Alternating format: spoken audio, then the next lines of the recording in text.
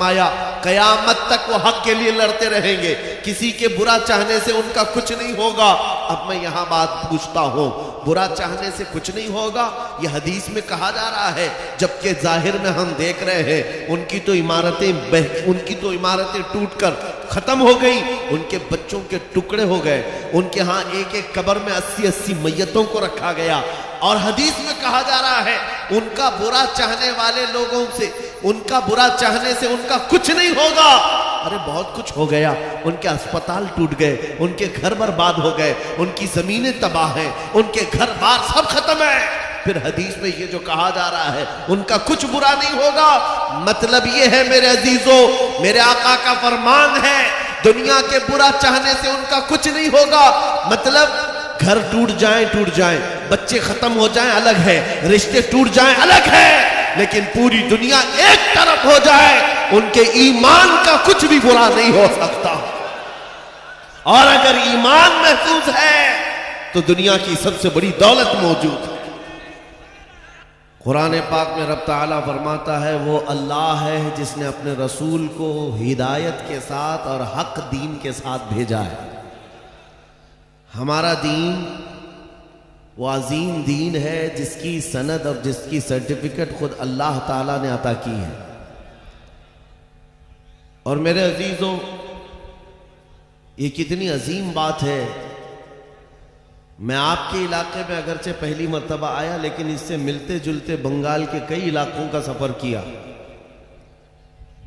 8-8, 10-10 kilometre तक हमारी गाड़ी उन छोटी गलियों से गुजरती है जहां छोटे छोटे छप्पर के घर हुआ करते हैं, और मट्टी के छप्पर के इन घरों में रहने वाले जब यहाँ मजमे में हाजिर आते हैं तो ये लगता ही नहीं है कि उन छोटी झोपड़ियों में रहने वाले हैं, बल्कि इनके दिल तो ताजमहल से ज्यादा कीमती नजर आते हैं। असल चीज जिस दौलत की जरूरत है वो तुम्हारे पास मौजूद है। बाकी अगर दुनियावी एतबार से बहुत आलीशान महल नहीं है तो कोई मतलब, कोई बात नहीं।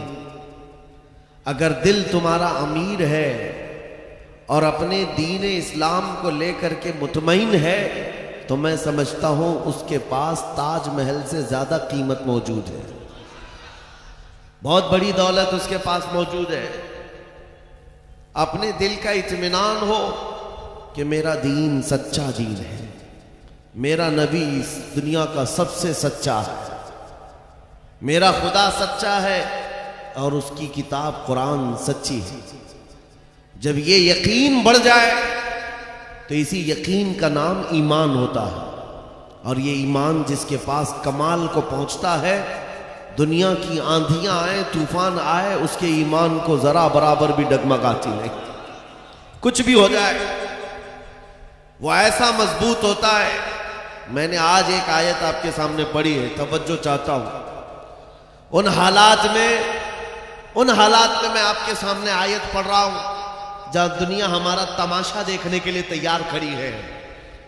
जब कभी गज्जा के, फिलिस्तीन के निहत्ते बच्चों पर बमबारी होती है, मिसाइल से मार मार करके उनको टुकड़े किया जाता है, तो ये दुगली मियार रखने वाली दुनिया हंसती है और तमाशा देखती हुई कहती है अच्छा हो रहा है इनके साथ। इनके पास वो कठोर दिल है जो इंसानियत के लिए है ही नहीं। ये वो जालिम लोग हैं जो बच्चों की मौत पर भी तालियां बजाते हैं और तमाशा देखते हैं और ये कहते हैं अनकरीब ये मिट जाएंगे। एक बात मैं आपको बता रहा हूं, मजाक उड़ाने वाले दज्जाली मीडिया वो यहां तक भी कहते हैं कि 57 मुल्क इस्लामी हैं पूरी दुनिया में और ये सब मिलकर के इन मुसलमानों का कुछ नहीं कर पा रहे हैं, और इनको रोजाना मारा जाता है, काटा जाता है, पीटा जाता है, और सिवाय आवाज उठाने के और कोई कुछ नहीं करता। ये सब तमाशे देख रहे हैं। मेरे अजीजों, एक बात याद रखना, आज के इन हालात से सबक लेकर के जिंदगी गुजारो। हम 57 मुल्कों की हिमायत के भरोसे पर नहीं जीते, सिर्फ अल्लाह के भरोसे पर जीते हैं। कोई बादशाह हमारे लिए आवाज उठाए ना उठाए, कोई हुकूमत हमारी हिमायत में खड़ी हो ना हो, हमें इससे फर्क नहीं पड़ता। हर जमाने में हुसैनी तादाद में कम होते हैं, लेकिन ये तारीख लिख करके जाते हैं, इस्लाम जिंदा होता है हर करबला के बाद। इस्लाम जिंदा होता है हर करबला के बाद। ये सब चीजें पूरा बयान होने तक आप ये पैसों के इधर उधर आप नातखानों के साथ किया करें। तवज्जो से सुने,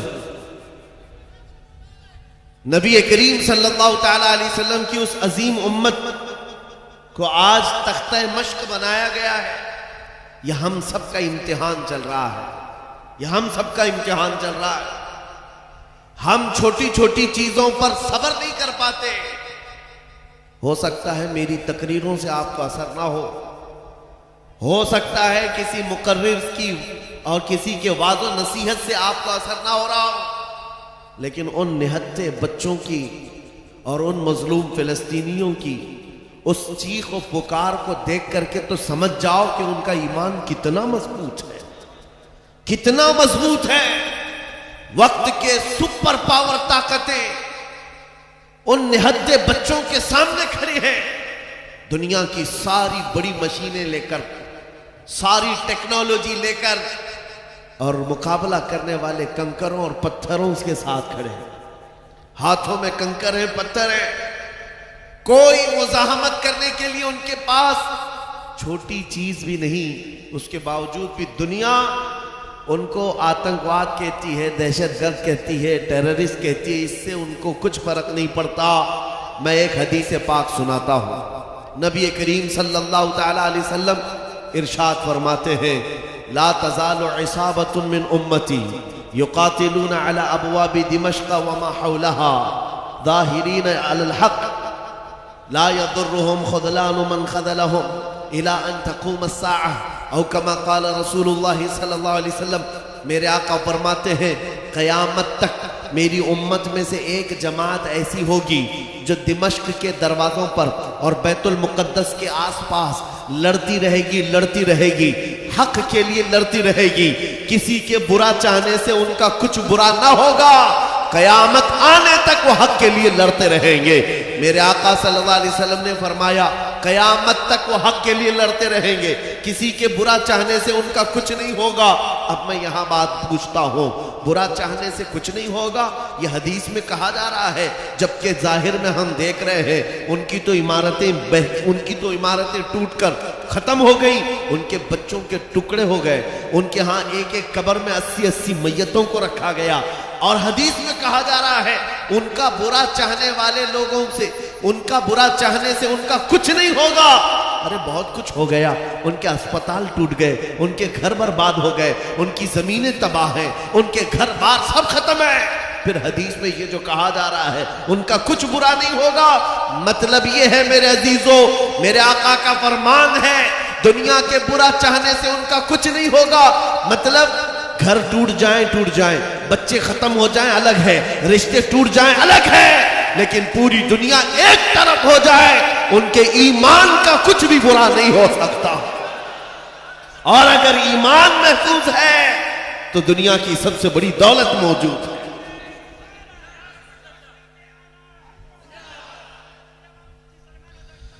मैं ये चाहता हूं, तूफान आएंगे, आंधियां आएंगी, तुम सबक हासिल कर लो। ईमान हो तो ऐसा ईमान हो तो ऐसा हो। अरे मियाँ, उनके ऊपर से मिसाइलें गुजर रही हैं और वो सूखी रोटी खाने में मसरूफ है। उनके यहाँ बच्चों में 6 साल की बच्चियों में ये जज्बा माँ बाप ने पिलाया है।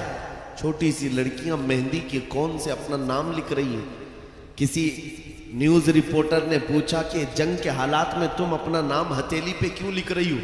5 साल की 6 साल की लड़कियां वो कहती हैं, पता नहीं रात को सोएंगे कब कोई मिसाइल गिर जाए, कहीं कब बम गिर जाए और हमारे टुकड़े हो जाएं। अगर हाथ मौजूद रहा तो हमारे माँ बाप नाम देखकर हमको पहचान सकते हैं। अल्लाहु अकबर। ये जज्बा है शहादत, ये जज्बा है शहादत सिर्फ ईमान वालों के अंदर आता है, सिर्फ ईमान वालों के पास होता है। आज एक लाठी डंडे पर भाग जाने वाली कौम और मुंतशिर हो जाने वाली कौम, इसको तो फिर आजमाया जाएगा। ये छोटे छोटे कीड़े निकलेंगे और डराते रहेंगे गीदड़ भपकियां। इसीलिए मेरे अजीजों, हिंदुस्तान के चप्पे चप्पे में मैं घूम करके सिर्फ इतना पैगाम देना चाहता हूं, नौजवानों बेदार हो जाओ, खड़े हो जाओ। आज के जमाने में तुम्हारा इम्तिहान आ चुका है। कभी तुमको हुस्न दिखाकर, कभी तुमको दौलत दिखाकर, कभी तुमको टेलीविजन के पर्दों पर नाचने वाली गंदी सूरतें दिखाकर तुम्हारे अखलाक, तुम्हारे ईमान को खरीदने के लिए दज्जाली ताकतें मैदान में उतर चुकी हैं। जब इस तरह की दावतें तुम्हारे पास आ जाएं, ठोकर मार देना और उसके बाद फिर दुनिया को ये ऐलान करके कहना, मुझे दौलत से कोई सरोकार नहीं, मुझे हुस्न शबाब से कोई सरोकार नहीं, मुझे तुम्हारे दिए हुए सिक्के और टुकड़ों से कोई सरोकार नहीं। अपना सब कुछ गुंबद खजरा कल भी था और आज भी है। मेरे नबी से मेरा रिश्ता कल भी था और ये ईमान हो जाए नौजवानों का। मेरे नबी से मेरा रिश्ता कल भी था और आज भी है। बस ये जज्बा बेदार कर लो। चाहे जैसे भी सैलाब आए, जैसी भी तूफान आए, जैसी भी आंधियां आए, आकर चली जाएंगी, तुम्हारा पत्ता तक नहीं उखाड़ सकेंगी। इसलिए कि ये वो इस्लाम है। 1400 सालों से इस पर कितनी मर्तबा तूफान आए, कितनी मर्तबा ऐसे ऐसे जालिम आकर के इसके पत्ते नोचने की कोशिश करते रहे, लेकिन इस्लाम फल रहा है, फूल रहा है, आज भी है। और आपको मैं बताऊं, वो यूरोप जो इस्लाम की दुश्मनी में सबसे आगे है, लेकिन पूरी दुनिया की आज इनका डेटा निकालें तो पता चलेगा सबसे ज्यादा यूरोप में फैलने वाला कोई दीन है तो वो दीन इस्लाम। तुम जितना ही दबाओगे उतना ही ये उभरेगा।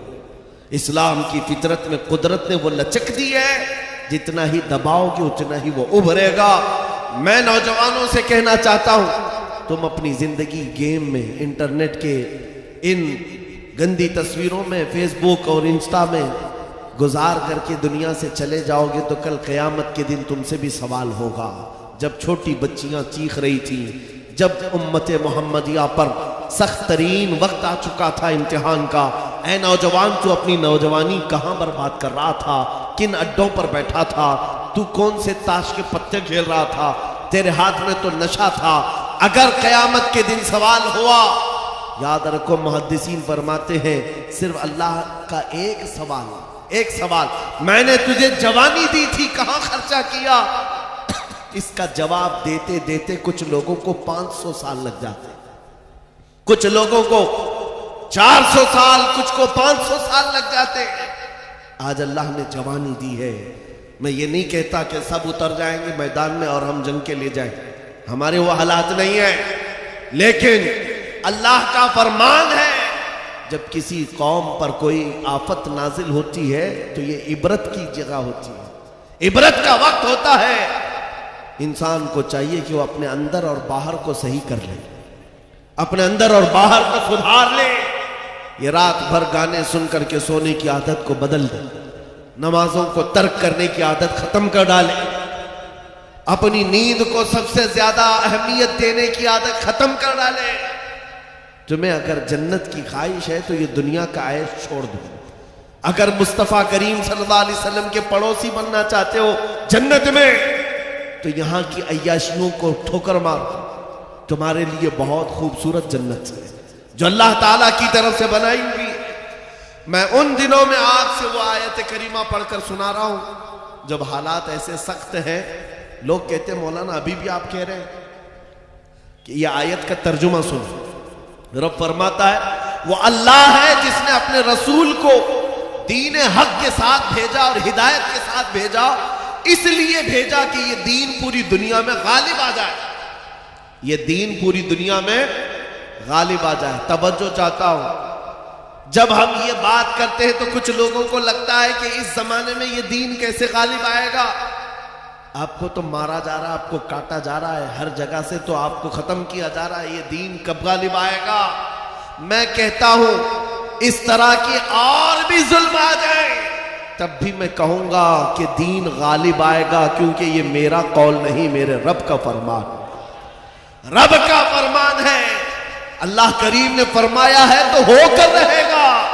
आसमान नीचे आ सकता है, जमीन ऊपर जा सकती है, लेकिन मेरे मौला का कौल झूठा नहीं हो सकता। कुरान का फरमान गलत और बातिल नहीं हो सकता। दुनिया में ये दीन गालिब आएगा और वो वक्त करीब है। जुल्म जब बढ़ जाता है तो अल्लाह तबारक व तआला की तरफ से जालिमों के लिए अजाब आता है।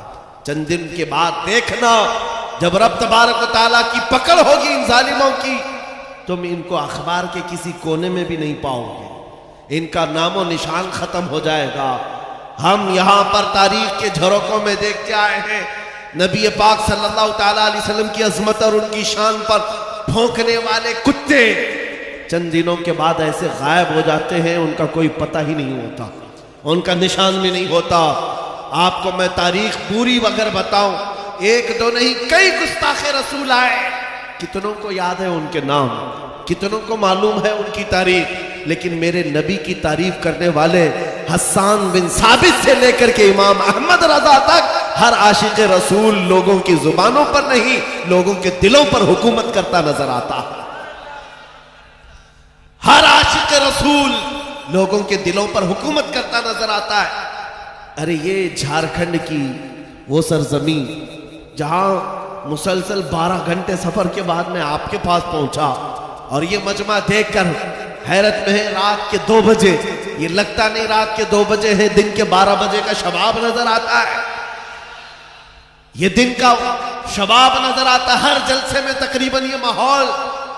मेरे अजीजों, मेरे लिए लोग 2 बजे तक जो इंतजार कर रहे हैं वो इसीलिए नहीं कि कांग्रेस पार्टी का नेता आया हुआ है या बीजेपी का कोई नेता आया हुआ है, ये नेता के लिए बैठी हुई पब्लिक नहीं है, मुस्तफा करीम के एक अदना गुलाम के लिए जिंदा बैठे हैं, नबी पाक सल्लल्लाहु तआला अलैहि वसल्लम के गुलाम के लिए।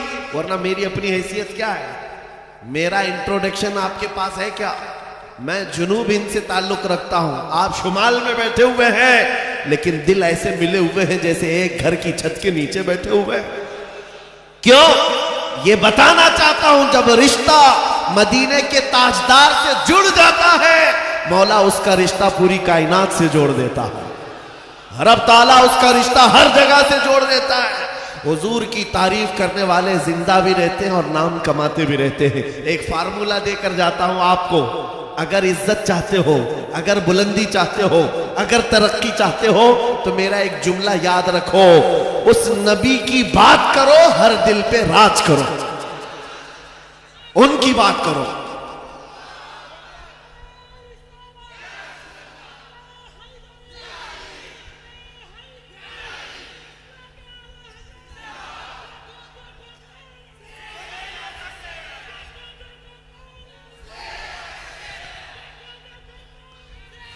जब तक बिके न थे तो कोई पूछता न था, या रसूल अल्लाह तुमने खरीद कर हमें अनमोल कर दिया।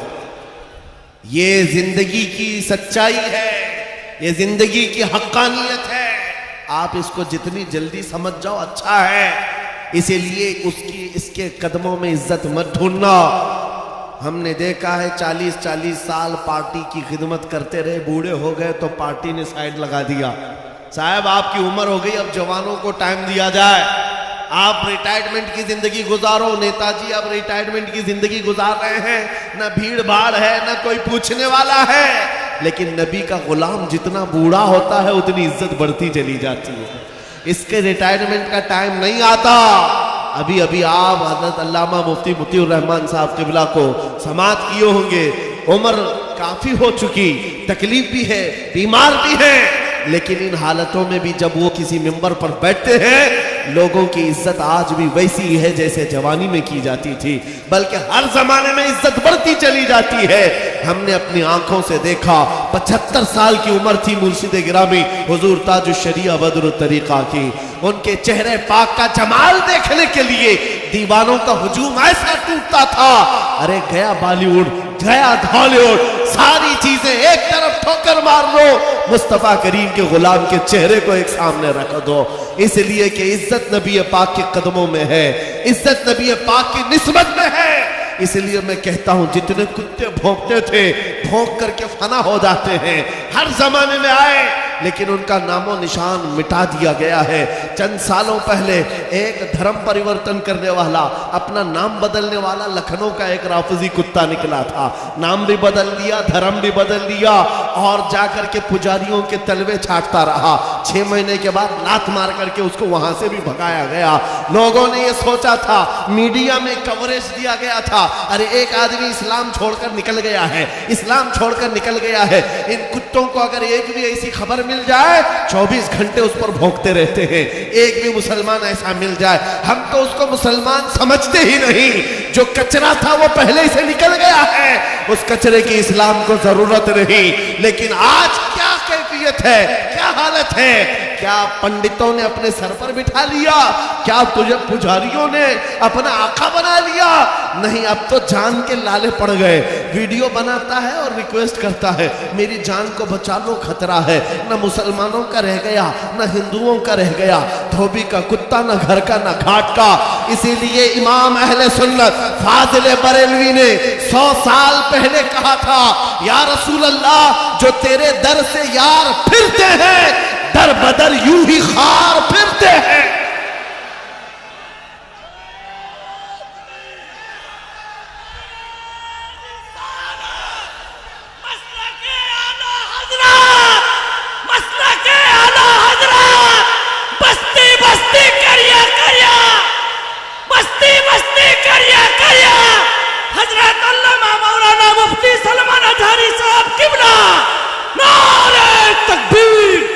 जो तेरे दर से यार फिरते हैं, या रसूल अल्लाह, दर बदर यूं ही खार फिरते हैं। उनकी जिल्लत और खारी तो दुनिया में है, ये तो दुनिया में हमने देखा है। भी ठोकरों पर पड़े हो, किसी गटर और नाली पर मर करके खत्म हो जाओगे। इन कीड़ों की जिंदगी इतनी ही है, लेकिन अभी तो असल अंजाम क़यामत के दिन देखना बाकी है। ऐ नौजवानों, अगर तुम्हें आंख कोई दिखाता है तो उसका वक्त है, दिखा लेने दो। आज उसके पास थोड़ी सी दुनिया की दौलत है, इसलिए तुम्हें आंख दिखाता है और कभी बिल्डोजर दिखाता है। हाँ, ताकत और कुव्वत के नशे में वो ये सोचता है कि बिल्डोजर ला करके इनको तोड़ दूं। तेरे से बड़े दज्जालों को भी हमने देखा है।